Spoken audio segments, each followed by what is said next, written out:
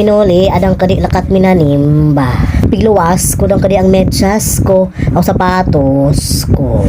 Minawop adang kadi tabalay dahil pagkapanganian pigabrihang ko na ng solo.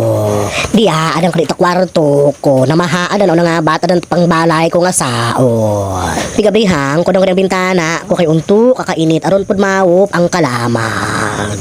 Nakailis adang kadi ta pangbalay ko unto kakamatso.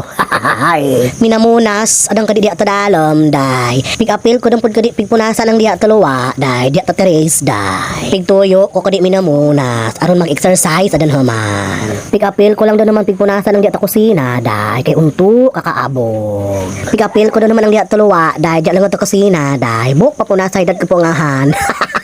Miglukdo adang kadi ta palanggana. Pighalay ko dang kadi mga labhanon day. Sauli mama, sauli papa, o saul ko dun haman. Inuli ko dang kadi ang palanggana. Minina mauna tawayag kay minulao agyo. Minamaanan adang kadi takanon day para ta paniud to day. Minamunas adan haman. Piguna ko na pigpunasan ang diat atubangan tabalay day. Pigsunod ko dang kadi pigpunasan ang kilid tabalay day. Untok kadi kakapiyat ta panahon si ini aldaw. Minanimpla o minigop adang kadi takapi ko. Pigdangahang ko naman kadi ang mga miyaw ko. Yan lang una mga higala inda mapialdaw o amping kaw.